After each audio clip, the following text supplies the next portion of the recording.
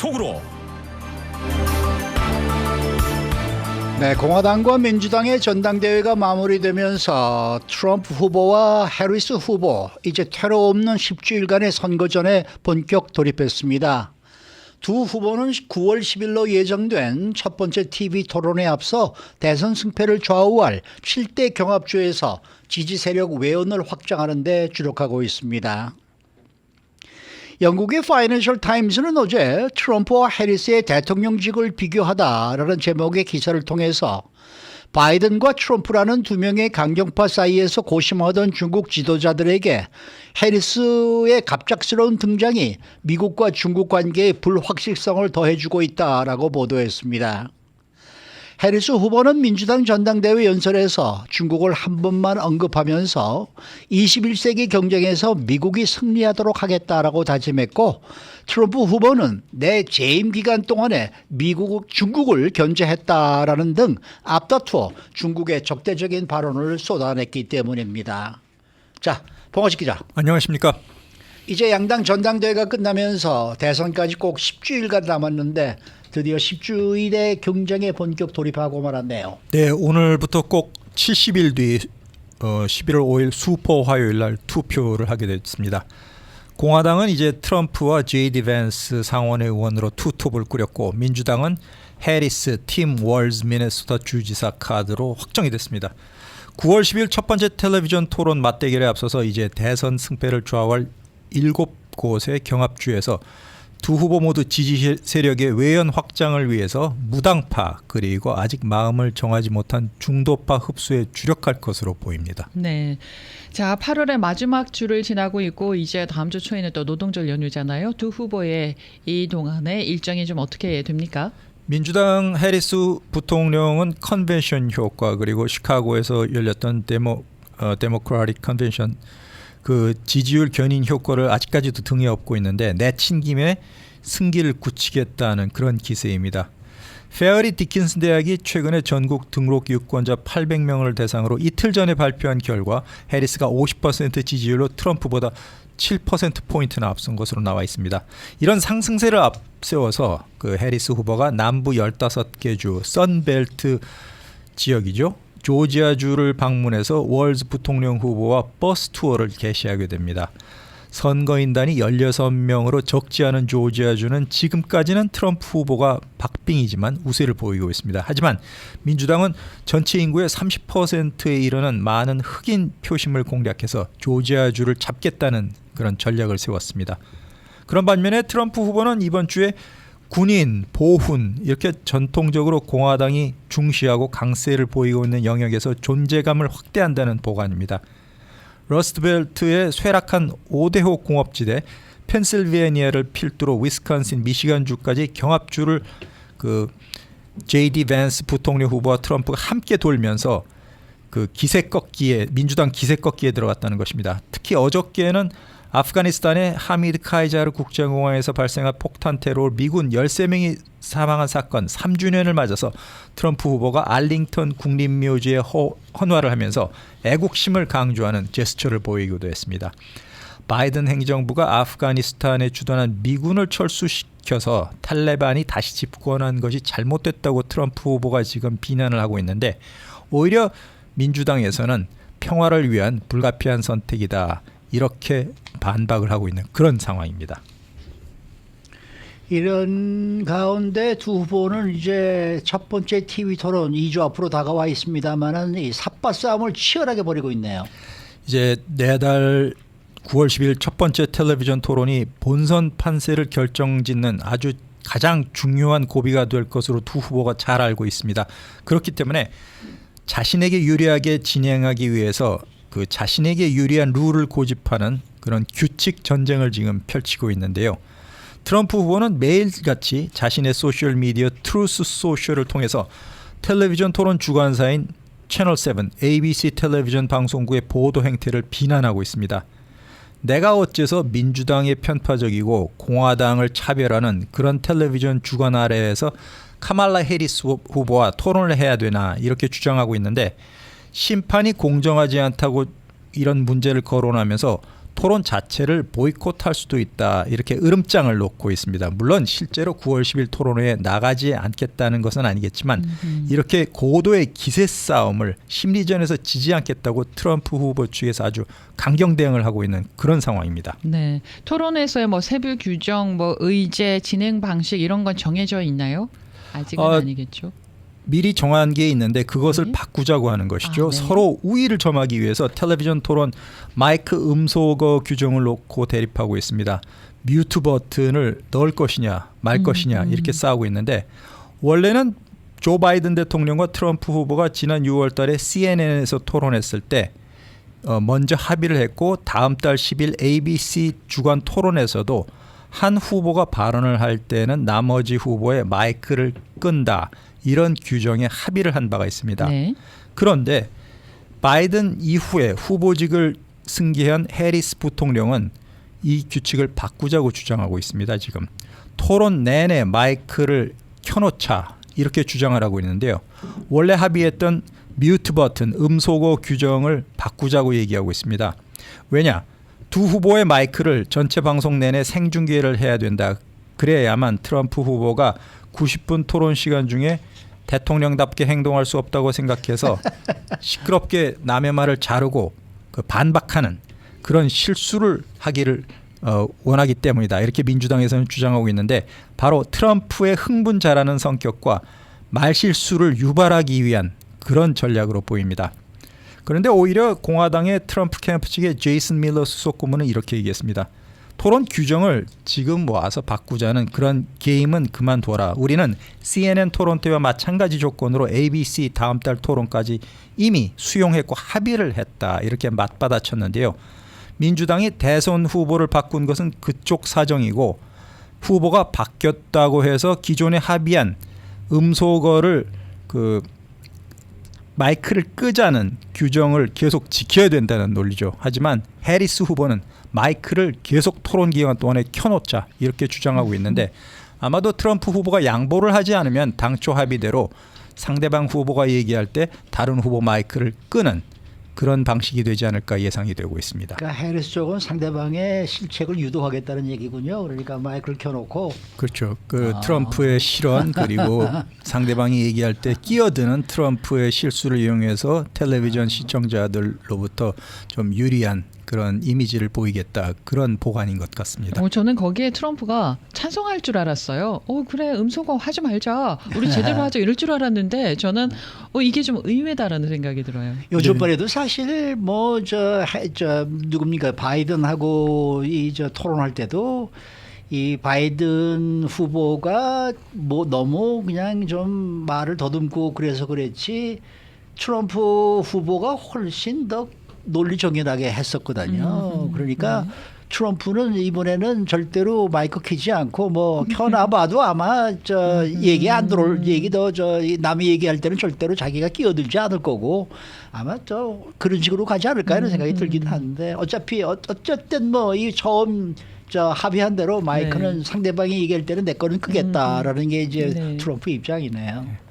양당의 군사 관련 공약도 천지 차이라면서요. 어제 트럼프 후보가 대선 경합주인 미시간주 디트로이트의 국가방위군 협회 총회에 참석했습니다. 이 자리에서 군 전반의 무인기 드론과 로봇 공학, 인공지능에 대해서 대대적으로 투자하겠다고 우주방위군 창설까지 공약을 했습니다. 네. 특히 북대서양 조약기구 나토 동맹국의 방위 분담을 대폭 늘리겠다고 강조를 했는데 지금 나토 회원국들이 국내 총생산 GDP의 2%에도 훨씬 못 미치는 싸구려 돈을 방위비로 내는 바람에 미국이 더 부담을 하게 됐다 이렇게 주장했습니다. 이런 행태를 세기의 도둑질이라고 우방을 맹비난했는데요. 트럼프는 자신이 재집권하면 앞으로 나토 회원국들의 GDP 대비 최소한 3% 이상을 방위비로 지출하겠다고 강요하겠다고 아주 선언을 했습니다. 공정한 부담을 방위를 담당하는 다른 나라도 돈을 내야 되는데 내가 다시 집권하면 대한민국과 일본, 대만과 같은 미국의 아시아 동맹국들도 방위비를 증액시키겠다 이렇게 공약을 했습니다. 그런 반면에 해리스 후보는 아프가니스탄 철군이 미국 역사상 가장 긴 전쟁을 끝내기 위해서 용기가 있고 올바르게 내린 결정이었다 이렇게 맞섰습니다. 3년 동안 전투 지역에 미군을 파견하지 않고 IS 지도자와 같은 테러범을 제거할 수 있었다고 주장을 그렇게 했습니다. 네, 이런 가운데 트럼프가요. 한국에서의 군사훈련은 도발적이고 돈 낭비다 이렇게 말했다고 하더라고요. 네, 7년 전 시진핑 중국 국가주석과의 대화에서 이렇게 말했다고 국가안보보좌관을 지냈던 허버트 맥메스터가 폭로를 했습니다. 오늘 뉴욕타임스에 게재된 기사인데요. 맥메스터 전 보좌관이 최근 자신의 저서 우리 자신과의 전쟁, 트럼프 백악관에서의 나의 임무 수행 이런 책에서 7년 전 트럼프 대통령이 아시아를 찾았을 때의 비화를 공개했습니다. 그 당시에 시진핑 국가주석과 트럼프가 대화를 나눴는데 한국에서의 군사훈련에 대한 중국 측의 평가에 트럼프가 상당 부분 동의를 했다는 것입니다. 그리고 중국이 일본과 영토 분쟁을 벌이고 있는 센카쿠 열도, 중국 이름은 랴오이다오 섬인데요. 여기에 대해서 중국이 정당한 권리를 가질 수 있다는 취지의 발언도 트럼프가 했다는 것입니다. 중국 편을 든 것이죠. 네. 그래서 이런 회담을 옆에서 지켜보고 있던 맥메스터 보좌관이 속이 울렁거렸다는 것입니다. 완전히 시진핑 주석이 우리 미국의 대통령을 제압하고 있다. 이런 쪽지를 백악관 비서실장에 건네면서 트럼프가 말을 좀 자제해 줬으면 좋겠다. 이런 의사를 보냈는데 결국 트럼프가 듣지 않았다는 것입니다. 그리고 트럼프 대통령이 한국을 방문한 자리에서 한국 때문에 손해를 보고 있다. 이런 생각으로 여러 차례 불편한 심기를 드러냈다고 또 이 책에서 맥메스터 보좌관이 폭로를 했는데요.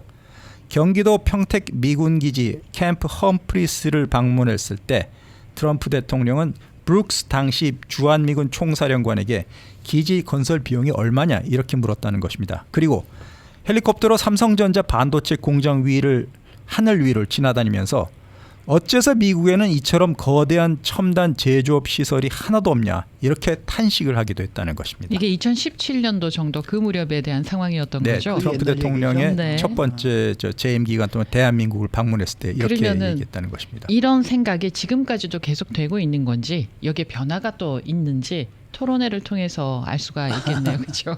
토론에서 아마 한국 관련, 반도체 네. 관련, 방위 관련 얘기가 문제가 나올 것 거예요. 같습니다. 네.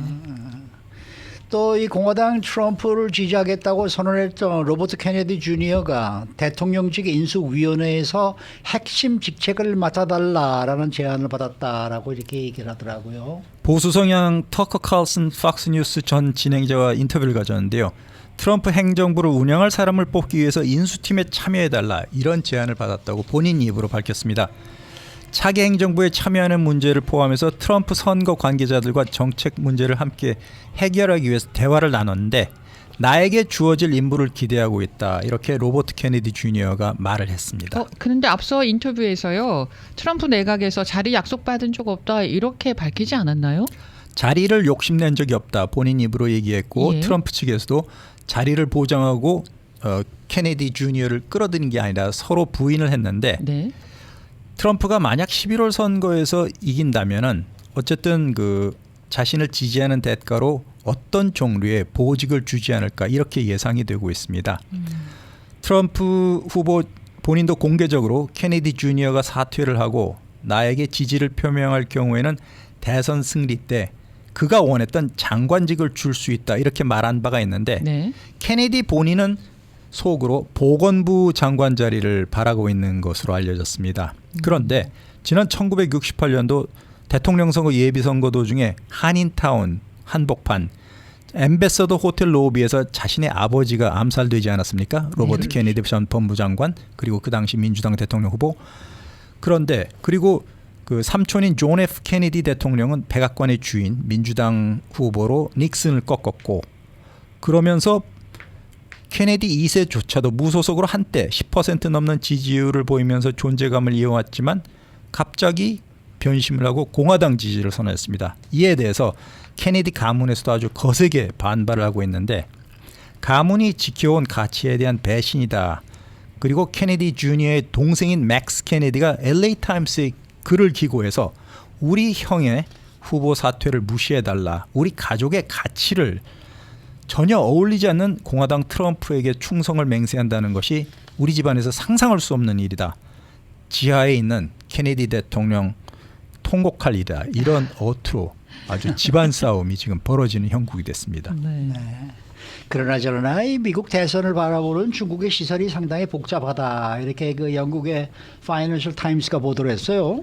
네, 민주당의 해리스, 공화당 트럼프 모두 중국에 우호적이지 않습니다. 그렇기 때문에 중국으로서는 둘 중에 누가 당선돼도 상당히 어려운 상황에 처했다는 것인데요. 그 강경파 사이에서 쉽지 않은 선택을 해야 되는 중국 지도자들의 딜레마가 더 커졌는데 두 사람 모두 시진핑 주석의 중국을 경쟁자 또는 아예 적으로 간주하고 있다는 것입니다. 지난주 그 민주당 전당대회 연설에서 해리스 부통령 중국에 대해서 한 번만 언급하면서 미국이 중국을 꺾겠다 이렇게 선언했고 밀워키 공화당 전당대회에서 트럼프 후보는 비록 중국에 대해서 14번이나 언급했지만 내가 재임 기간 동안에 중국을 다스렸다 이렇게 비우호적인 발언을 했습니다. 그렇지만 상대적으로 해리스 부통령의 부통령 후보인 팀 월즈 미네소타 주지사의 경우에는 중국을 30번 이상 방문했고 교사 시절에 중국에서 영어를 가르쳤기 때문에 그래도 해리스 후보와 월즈 미네소타 주지사의 민주당이 당선되면 중국에 약간 더 낫지 않을까. 그것이 지금 중국 측 지도자가 갖고 있는 생각입니다. 그렇겠죠. 그러니까 네. 희망을 어떻게 해서든지 조금 희망적인 그러한 포인트를 잡아내기 위해서 노력들을 많이 하는 모양이네요. 수고 많으셨습니다. 봉화식 기자였습니다.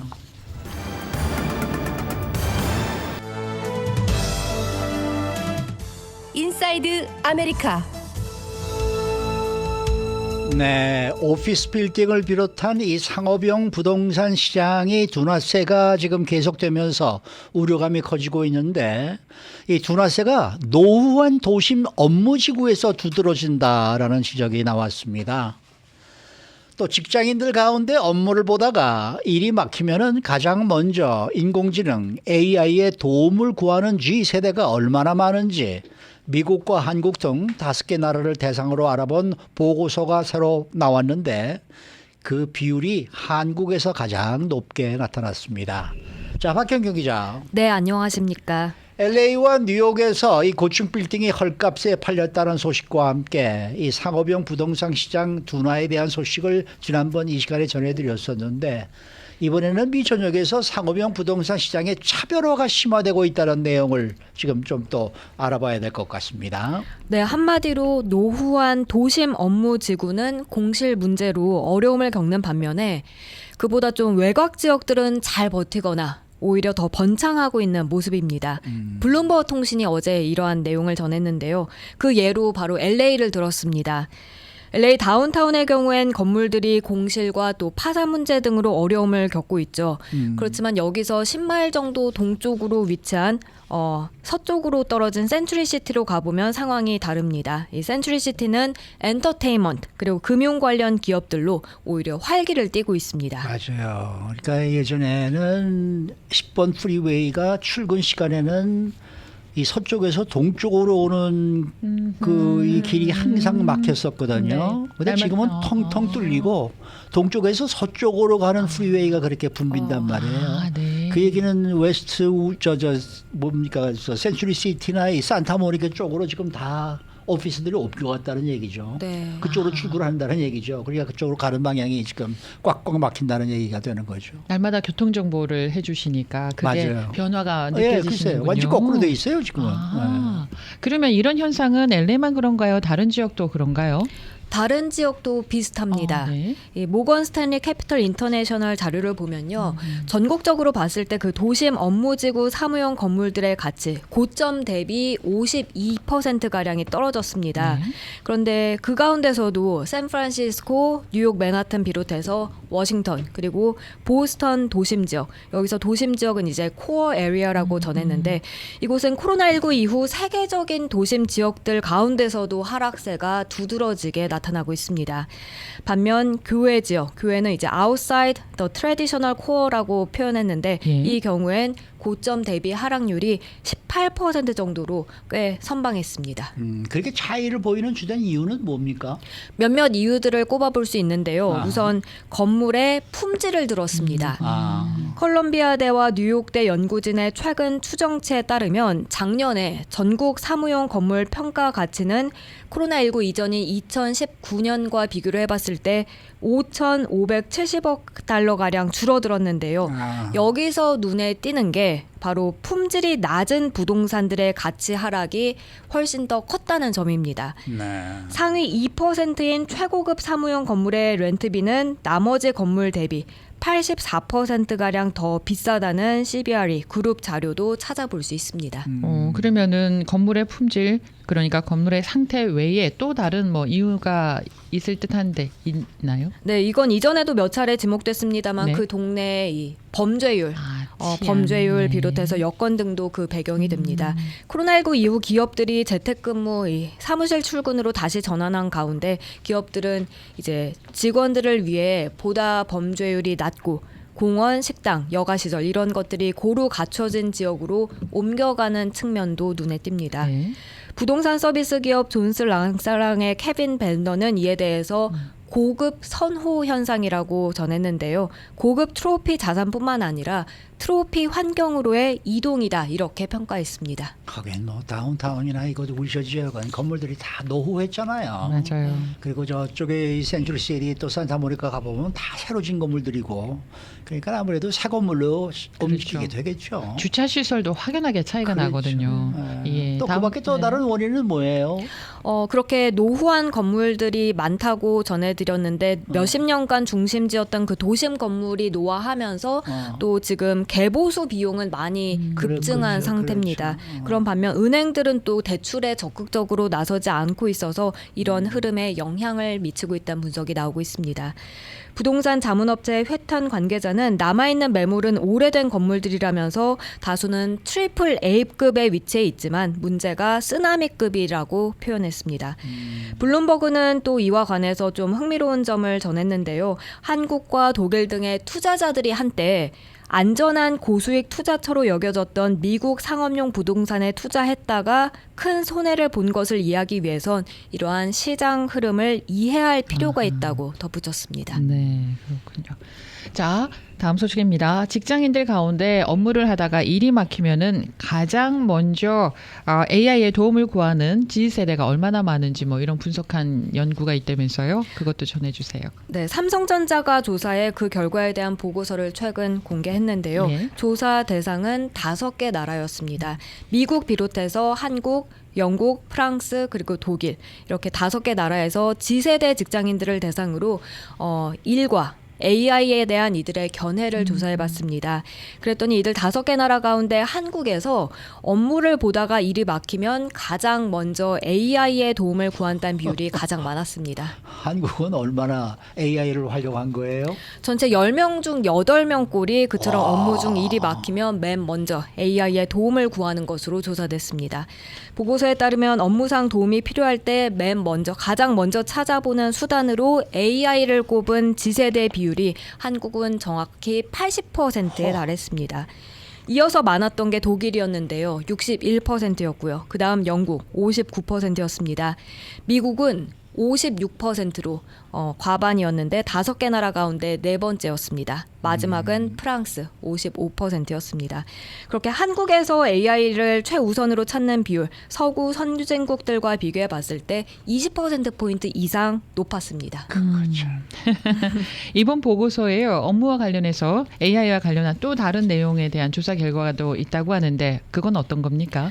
AI가 업무 방법을 더 낮게 바꿀 수 있는가 물어봤습니다. 더 좋게 바꿀 수 있는가? 네, 더 좋게. 그랬더니 더 좋게 바꿀 수 있다고 내다본 응답이요. 한국에서 역시나 또 가장 높게 나왔습니다. 한국은 비율이 80%에 달했는데요. 와, 높네요. 답변율이 50에서 60%에 그친 다른 4개 나라들과 대조를 이루는 모습이었습니다. 한국에서는 또 AI 관련된 이 스트레스도 많이 받는다면서요. 네, 시중에 AI 관련 앱들이 너무 많아서 스트레스를 받는다는 반응. 역시 한국이 75%로 가장 많게 나왔습니다. 영국과 독일은 이 수치가 각각 63%와 62%였는데요. 이어서는 미국 60%, 프랑스 57% 이렇게 그 뒤를 이었습니다. 그러니까 한국에서 지세대는 AI가 직장에 미칠 여파에 관해서 5개 나라 가운데 가장 긍정적이었고 또 동시에 AI 도구의 범람에 있어서 가장 예민하게 반응하기도 하는 것으로 풀이됩니다. 네. 그러면은요, 이들은 그 AI를 어떻게 활용하나요? 그에 대해서도 조사해 봤는데요. 예. 가장 인기가 좋았던 용도는 긴 문서나 회의의 요약이었습니다. 네. 전체 46%가 그렇게 긴 문서나 회의를 요약하는 데 있어서 AI를 활용한다고 답했습니다. 이어서는 텍스트와 시각 콘텐츠 생성이었는데요.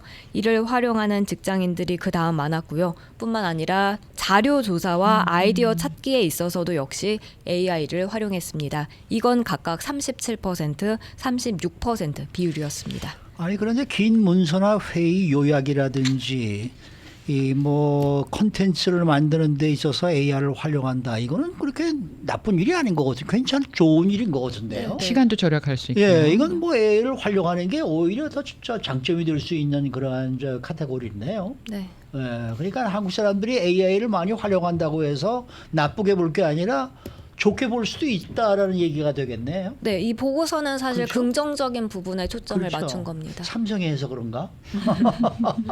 근데 이 메타와 구글 등 주요 IT 대기업들 이 AI 시대의 주역인 데이터 센터에 필요한 전력을 충당하기 위해서 지열 발전을 도입하고 있다는 소식은 또 무슨 얘기입니까?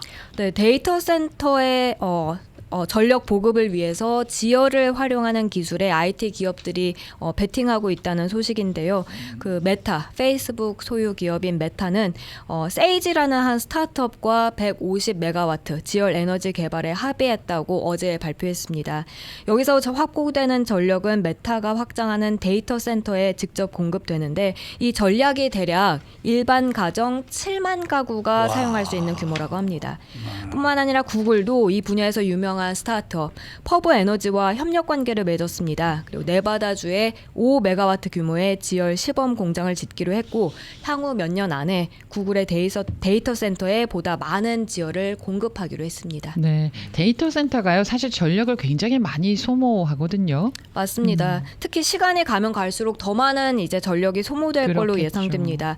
오는 2030년까지 미국에서 데이터 센터가 소모하는 전력 비중은 9%로 추정되는데요.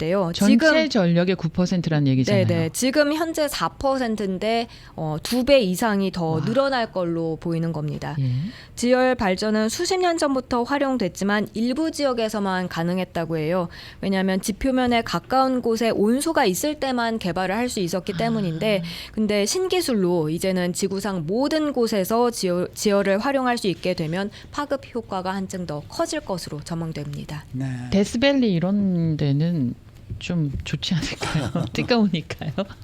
오늘 아침에 그 왜 일론 머스크 CEO가 그 인공지능 개발용 슈퍼 컴퓨터 센터를 공개했는데 20조짜리로 이 자기 X에다 올렸던데 그거 보니까 정말 컴퓨터가 야 이건 뭐 정말 어마어마하죠. 어마어마한 그러한 네. 사이즈의 컴퓨터들이 쫙 이렇게 연결이 되어 있는데 전기를 얼마나 먹겠습니까? 그러다 보니 전기가 많이 먹겠죠. 그래서 네. 우리는 비싼 전기료를 우리가 또 내고 있지 않습니까?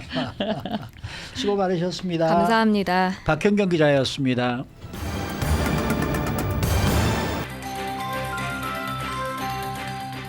데일리 브리핑.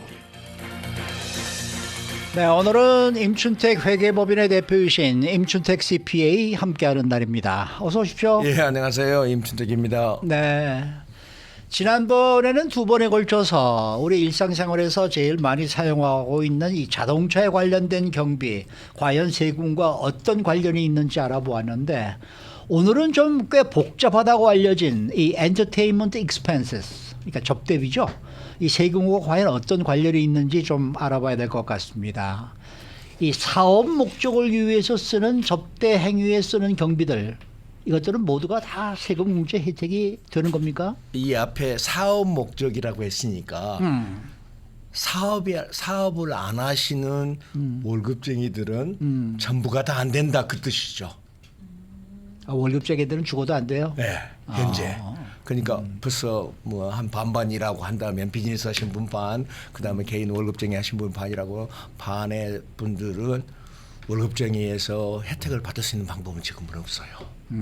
이런 경비가 내가 회사에서 리임버스를 안 받고 내가 회사의 목적을 위해서 썼다 하더라도 할수 이건 있는 안 되는 거예요? 방법이 없다고. 그러니까 내가 예를 들어서 진급을 좀 하기 위해서 내 위에 계신 이사님을 모시고 내가 식사를 했습니다. 그거 안 되는 거군요. 개인 경비입니다. 아니 제가 임춘택 대표님을 방송에 초대하고 싶어서 점심을 같이 먹고 제가 돈을 내고 이것도 안 되는 거예요? 근데 이제 그럼 회사에서 리임버스를 받아야 되겠네. 회사의 경비에서 리임버스를 받지만은 혼자 개인 비즈니스를 할 경우에는 가능하죠. 근데 인플로이로 월급을 받는 분들은 안 될 수도 있죠. 월급쟁이가 제일 불쌍한 거네. 불쌍하네요 정말. 진짜 세금은 꼬박꼬박 끼고. 꼬박 다 내고 혜택은 하나도 없고 비즈니스는 조금 이래도 뭐 이렇게 다큐멘테이션 하면은 이런 경비도 허락이 되고 저런 경비도 허락이 된 것들이 많이 있거든요. 그런데 월급 받으신 분들은 안 된다. 안 되고 있기 때문에 불평등하다고 보는 거죠. 비록 사업 목적으로 쓴다고 해도 다 되냐 또. 아 아닌가요? 그 옛날에는 60년대 70년대만 해도 미국 경제가 좋고 비즈니스가 잘 되고 그럴 때는 맨하탄에 있는 변호사들 그룹 이런 사람들은 낮에부터 마티니 석 잔을 먹고 한 3시간 정도 점심하고 뭐 얼얼하게 취하면 저녁 먹고 이렇게 갔던 시절에 뭐 그 모든 경비가 다 변호사 경비로 디덕션이 됐었어요. 예전에는 그랬죠. 예전에는 그랬어요. 웬만하면은 뭐 그것 갖고 물어보지 않고 전부가 다 됐는데 정부가 이제 많이 지나가다 보니까 1970년대 80년대 들어서다 보니까 정부 돈이 필요하고 그런 경비들이 과다한 경비들이 많이 나간 것을 줄이기 위해서 많은 제한을 가한 것이 이 접대비예요. 다른 것들은 렌트비를 낸다 그러면은 뭐 랜드로드가 주는 영수증 하나에다가 내가 돈 내면 끝나는 거다. 그렇죠. 왜 렌트를 왜 목적으로 무슨 일 때문에 렌트비를 썼냐는 걸 누가 물어봅니까? 안 물어보죠. 안 물어보죠. 근데 비즈니스에서는 접대비를 썼다. 누가 어떤 사람이 누구하고 뭐 때문에 그 구체적인 내용을 써 그래야 된다라고 강제를 하고 있다고. 허인 옛날에는 장사하던 친구들하고 밥을 먹거나 술을 먹으면은 내가 예를 들어서 돈을 지불하더라도 그 장사하던 친구가 나보고 영수증 달라고 했어. 자기가 클레임하겠다고. 그 영수증은 나줘. 이랬었단 말이에요. 예. 또 기꺼이 줬고. 그럼요. 그게 세금 보고 세금 보고에 더 도움이 되는 거죠. 맞았어. 그랬던 기억이 나네. 그러면서도 100불을 썼다 가정을 하면은 100불을 다 클레임으로 그런 목적으로 썼다고 모든 다큐멘테이션 했다고 치더라도 이건 1987년도에서는 no 그 중에서 80%만 돼 20%는 그냥 쫙 잘라먹어. 그 다음에 1994년도에는 그것도 안 돼. 50%야. 이제도 50%. 50%입니다. 식사비나 엔터테인먼트. 근데 2017년도에 또 엔터테인먼트에 관련돼 가지고 사치성 엔터테인먼트다라고 하면 그것 자체가 또 안 돼. 예를 들자면 우리가 사치성의 접대비에 대명사처럼 쓰이는 것이 뭡니까? 룸사롱. 골프 접대. 룸사롱은 그거 많이 줄었어요. 지금은 고급 술 뭐 이런 것들 룸사롱 옛날에는 많았지만 지금 저기 골프. 그 다음에 NBA 농구팀의 스카이박스. 네네네. 몇만 불씩이에요. 맞아요. 세상이 달라졌구나. 소파이 같은데 몇만 불씩 해요. 맞아요. 그런 거 하나도 안 해줘. 안 해줘요. 안 해줘. 제로. 그래서 요즘 그런 거 선물로 주는 데가 없네요. 그래요. 지금 옛날에는 그래 우리 지금 현재 NBA 농구에 박스에 한 20명 들어가는 데는 평균 10,000불이었었어요. 그렇죠. 거기에 들어가면 모든 음료, 음식, 그다음에 구경 아주 좋은 데서 했었더랬어요. 지금 거의 그거 안 해줘요? 안 해줘요. 그래서 이제 어떤 현상이 나오냐면은 관람하는 사람 네 피를 많이 내. 그래서 어드미션 피가 올라가 버렸잖아요. 소파이나 이런 데 가면은요 굉장히 옛날에 비해서 비싸요. 비싸요. 일반인들이 네네. 들어가기에. 아하. 옛날에는 그런 프로모션용으로 뭐 박스 하나에다 그래서 그 박스를 잔뜩 많이 만들어 놨잖아요. 위에 이쪽으로 가면 쫙 만들었는데 네. 그게 다 다저 이제 스타디움도 저 프라이드 박스 잘 만들어놨죠. 잘 만들어놨죠. 근데 이제 큰 데에서는 그게 텍서블 디덕션이 되냐 안 되냐 관계없이 그 어떤 사람들이 우리 회장님은 그쪽 가면은 그런 박스에 들어가서 구경하시지 않습니까? 가전스는 가끔 들어가죠. 그러죠, 그러죠. 초대받아 네, 들어가고. 비싸요. 예전에는 헐리우드에 있는 레코딩 스튜디오를 가잖아요. 네. 그러면은 점심을 아주 근사하게 네. 안에서 이제 요리사가 요리해가지고 네. 근사하게 내놓고요. 냉장고에 먹을 게 그득그득하고요. 그러니까. 마음대로 꺼내서 마음대로 먹을 먹어라. 수 있었어요. 요즘은 그렇지 않아요. 그러니까. 요즘은 그냥 물, 그냥 커피 정도. 그 그냥 정도는 그 정도인데. 보통 파티에서 쓸 수 있는 미니멈을 하는 것은 that's okay. 근데 네. 거기에 유명한 술을 그다음에 무슨 뭐 접대 그 콘서트 미니 콘서트를 한다거나 이런 것들은 화려한 것은 안 된다 그 뜻이야. 자 그러면은 제가 드리는 질문은 얼마 전만 해도 레코딩 스튜디오에 가면은 그렇게 음식도 풍부하고 막 이랬었는데요. 지금은 그렇지가 않은데 그것이 세금 공제하고 연관이 있어서 그런 건가요? 그렇죠. 옛날에는 전체 금액을 다 공제해 줬는데 쓰는 모든 엔터테인 금액을. 목적으로 쓴 네. 것과 밥 먹는 목적으로 쓰는 것을 분리해라. 밥 먹는 것은 50% 디덕션을 시켜주겠다. 그러나 화려한 스카이박스에 있는 렌탈 금액 같은 것은 디덕션을 시켜주지 않겠다. 그런 논리를 적용한 거죠. 그러니까 두 가지를 어허. 나눠서. 그러면 영화 배우들이 영화 촬영하면은요 꼭 밥차가 오거든요. 영화 촬영 현장에 그런 거는 100% 그런 것 정도는 필요한 경비니까. 왜냐하면 굉장히 고급으로 먹어요. 그 사람들. 맞아요. 엄청 고급으로 먹어요. 예, 요리사가 항상 같이 요리사가 오거든요. 항상 있고 스시가 24시간 맞아요. 대기하고 있고요. 네. 그 예전에는 그래서 그 무슨 좀 큰 회사에서 무슨 뭐 누구 이 콘서트가 있다 그러면서 이 티켓도 티켓도 많이 보내고 줬죠. 많이 예, 받았죠. 많이 줬죠. 근데 요새는 안 오거든요. 안 오죠. 그게 난 디덕터블이 안 돼서. 예. 저는 또 딴 사람만 줬나 그러고 오해를 했는데 그게 아니구나. 그러다 보니까 자기네들 수입 올리기 위해서 할리우드에요. 내일 모레면 저희들 임윤찬 씨가 와가지고 우리 대학교에서 한 300명이 갑니다. 네. 가격은 별로 안 오른 건데 파킹료가 45불. 차 한 대. 차 한 대에. 옛날에는 10불, 맥시멈 20불이었었어요. 45불. 와. 이거 그러다 보니까 이제 뭐 사람들도 이런 큰 회사에 큰 파티가 부족하니까 일반 퍼블릭들한테 많이 하니까 퍼블릭들도 그런 비용들을 많이 부담할 수 있는 방법밖에는 없지 않겠는가라는 생각이 듭니다. 세상이 점점 각박해지네. 맞아요. 있어요. 그렇습니다. 네. 이게 이 IRS 때문에 이렇게 됐구나. 자, 이런 경우가 있어요. 제약회사가 새 약을 이제 처음에 출시를 하잖아요. 그러면은 의료 관계자들을 쫙 불러가지고 제품 설명회라는 걸 많이 하거든요.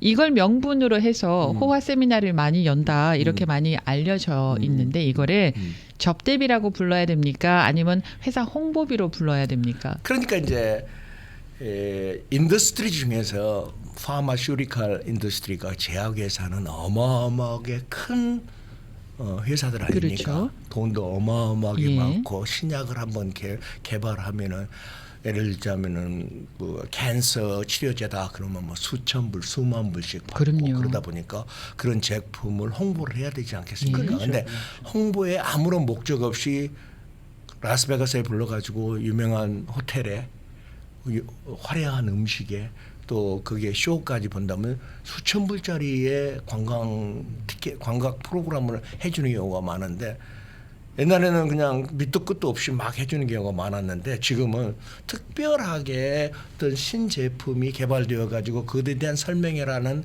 다큐멘테이션을 하지 않으면은 네. 일반적으로 하는 경비다라고 했을 경우에는 디나이 할 수 있는 계지가 많기 때문에 굉장히 조심을 하고 있죠.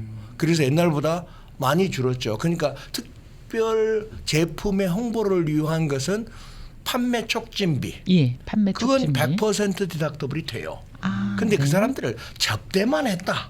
아무런 설명도 없이 만약에 그럴 경우에는 접대비가 그런 호화 접대비는 안 된다 하는 것 때문에 제로죠. 디덕션을 회사의 디덕션이 안 되면은 회사가 세금을 많이 물어야 되기 때문에 제약회사는 굉장히 민감해요. 그리고 제약회사는 정부 입장에서 봤을 때는 반대 입장이 많아요. 저소득자한테 고가의 약을 무슨 뭐 페이턴트가 뭐 10년, 20년 있다고 해도 뭐 그 캔서 약 치료제가 있는데 뭐 5,000불, 10,000불 이런 약값들이 굉장히 많은 것들인데 그런 것들을 줄이기 위해서는 정부도 압력을 내야 될 것 아닙니까?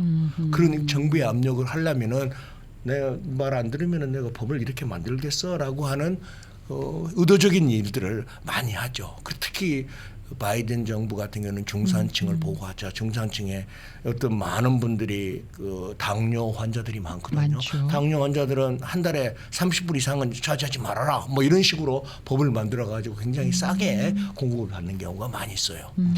근데 이렇게 너무 좀 각박하게 하면은 뭐랄까 이 경제 활동이 좀 위축되지 않을까? 아, 당연하죠. 그럼 그게 주는 정부의 그런 그 경제 위축이 주는 피해가 더 클 것이냐?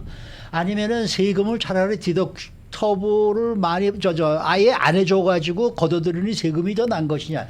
이거는 정말 한번 비교해 봐야 되는 거 아니에요? 근데 그 앵커님 생각하기에 앞에 말씀하는 것은 너무 베이그 그냥 어떻게 측정할 수가 없다고 당장에. 근데 어떤 것을 법을 하나 공제를 하거나 새롭게 신설을 하면은요 프로그램을 만들면 이것은 세금을 100억 불을 절약할 수 있습니다. 이런 것은 100억 불을 더 걷어들일 수 있습니다라고 하는 프로그램들이 있어요. 그런 것과 막연하게 경제가 나아질 거야. 그러면은 좀 도움이 되어가지고 세금을 많이 걷어들일 수 있을 거야 하는 것은 굉장히 추상적인 그 거죠. 추상적이다. 네.